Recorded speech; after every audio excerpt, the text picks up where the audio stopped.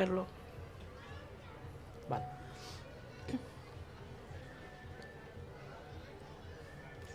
Continuem a la Fira del Llibre de València. En aquest cas anem a parlar de literatura infantil. Parlem d'un clàssic ja a la Fira València, també les aventures de Moniato. Enguany ens porten al Moniato el Casteller, i està així per a parlar-nos de la seva obra, una de les seves autores, en aquest cas la que hi fica les paraules a aquest llibre. Olga Bressolí, què tal? Molt bona vesprada.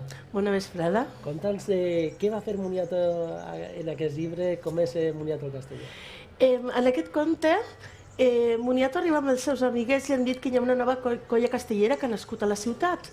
I ell i els seus amiguets van tots animats pensant que bé farem manualitats i s'emporten les tisores i paper i tal, i quan arriben allí se troben que no hi ha ni cartolines ni res per a fer manualitats, sinó que són les persones les que fan el castell. Llavors, clar, se troben en un dubte perquè, clar, el grup de Moniato hi ha de tot. Hi ha una xiqueta, hi ha un xiquet que és molt prim i que té temor a les altures, hi ha un altre que és més gordet, i diuen, home, però nosaltres com ho hem de fer això?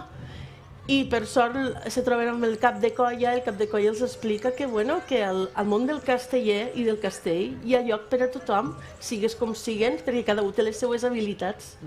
Esta no és la primera aventura del Moniato, Moniato ja té més aventures. Conta'ns un poquet com ha sigut la trajectòria, com han sigut els llibres que han portat a que també la teva germana, que és la il·lustradora, i tu mateixa porteu les aventures de Moniato. Els contes de Moniato van començar el 2008 i este conte és el número 22 ja. Els primers 14 eren en català, en valencià és el mateix, i els últims, els 8 últims, són en bilingüe català-anglès.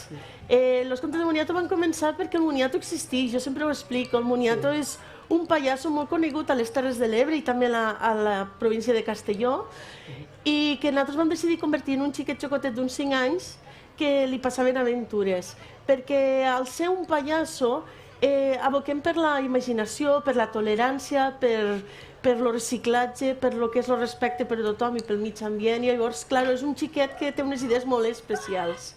Quin és el missatge per als xiquets en aquesta aventura de Moniato?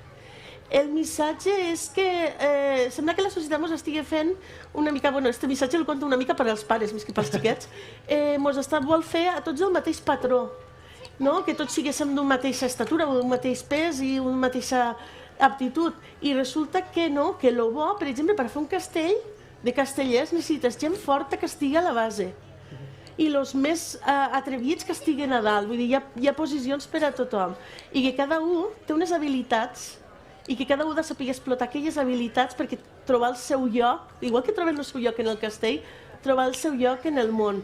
També volem recuperar en aquests últims contes de Moniato que van sobre les nostres festes totes aquelles coses tradicionals de les nostres terres i apropar els xiquets d'aquella forma infantil i divertida, no com a donant una lliçó, els castellers són així, no, fent que s'hi veiem participant.